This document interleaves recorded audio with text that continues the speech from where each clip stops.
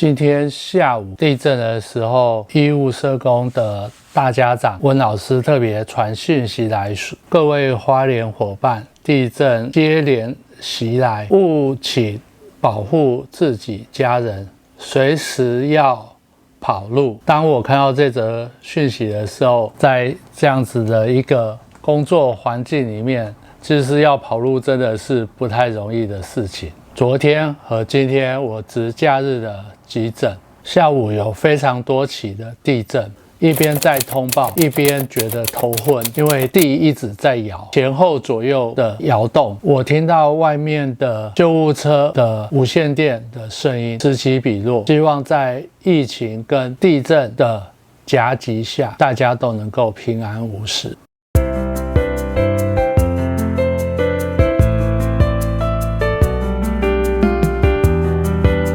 目前高寮大桥已经完全无法通行，下午发生规模6.8强震，台九线与县道193线之间重要的交通桥梁高寮大桥断裂，原本笔直的桥梁现在变成柔长。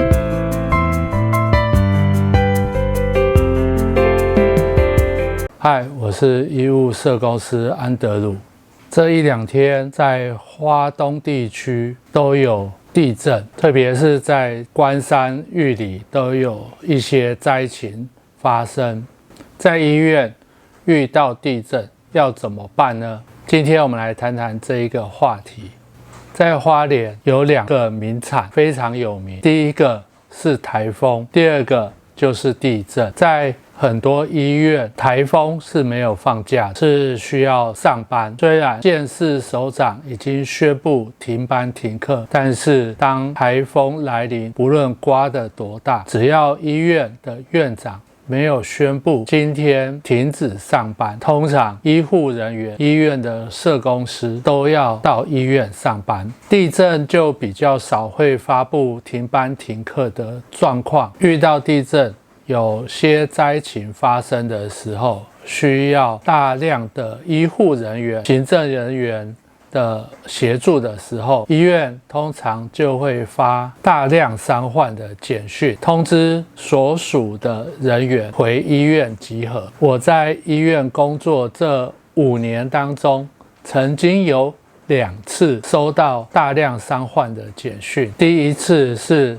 几年前花莲的大地震，第2次是火车事故。这2次都有收到院内广播跟手机的大量伤患讯息。当花莲大地震的时候，我接到医院的细胞简讯，我自己的家里有些柜子是倒，但是还是要赶去医院，钻过柜子，然后骑摩托车回到医院去。因为我住的附近有好几家5星级的大饭店，这些大饭店外面都是旅客，在马路中间的分隔岛做等待或者是休息。所以我们来谈一谈，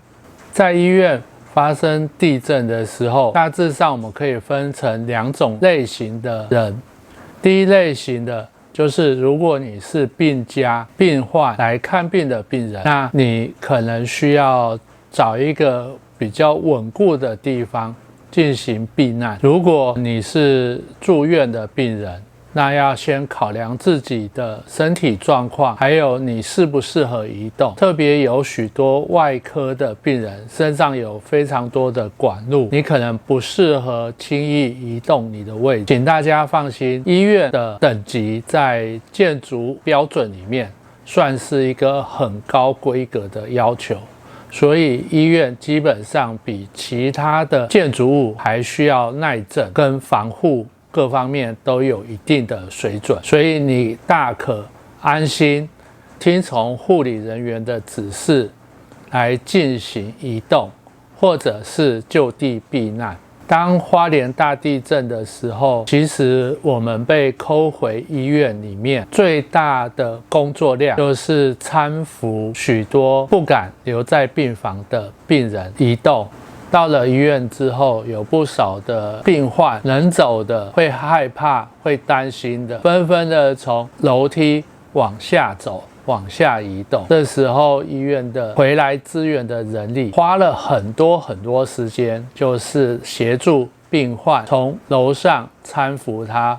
到1楼。大家想想看，这些病患身体已经不舒服了，加上他非常的担心，当大家都往下走的时候，他走输人家，然后一波一波的地震发生，他会更担心、更害怕，走得更慢，因为身体肌肉僵硬，已经不太能够行走。甚至有些病人走一走就要到楼层旁边去休息一下，再继续往下走。因为地震的时候是不可以搭电梯的，避免停电或者结构物受损的时候影响电梯的运作。另外还有一个部分是为了有些病患，特别是推床的，如果是需要移动的话，需要把电梯留给有需要的人。安德鲁社公司是花莲土生土长的花莲人，在我高中的时间，大概79年左右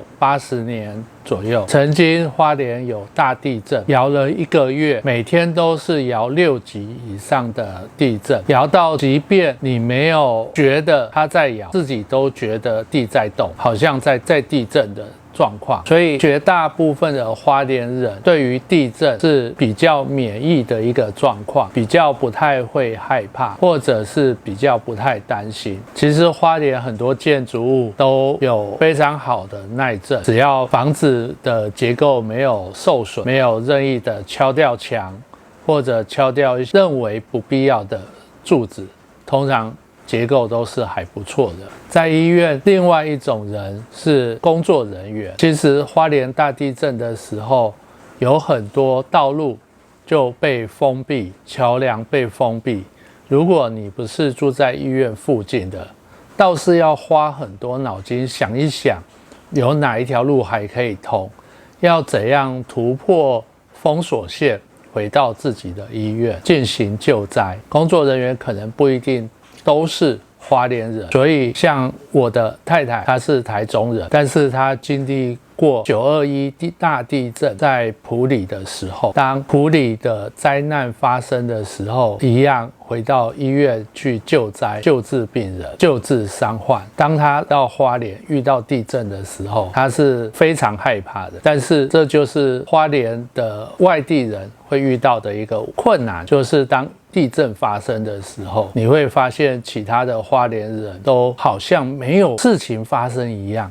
继续做自己的事情，然后心里就会很纳闷，那我该跑吗？我需要做什么保护的动作呢？需要钻到桌子底下吗？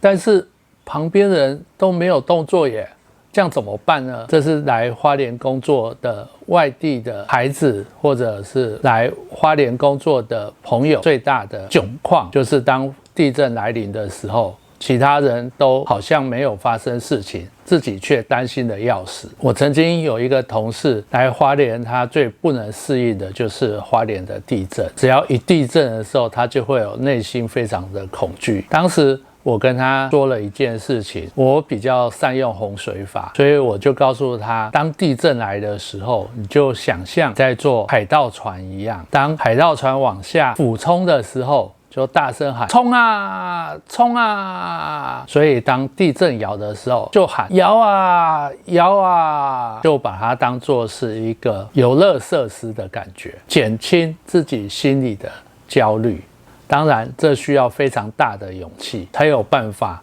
说得出口。过了几年，他逐渐就像花莲人，不太害怕，不太担心这件事情。这1-2天的地震集中在花东的交界处，特别是花莲的玉里、关山都有一些灾情发生。对于同样是花莲、台东的居民来说，这个地方发生灾情是一个比较辛苦的地方，因为他们的医疗在地资源，以玉里来说，玉里的医院主要是精神科的专科医院，对于一些非常严重或严重的病人，向来他们都需要用救护车转花莲的慈济医院或门诺医院救治。所以在这段期间，我们一起为着花莲地区的朋友加油，希望在这一波地震的灾害当中能够平安度过。我是医务社公司安德鲁，我们下一次见。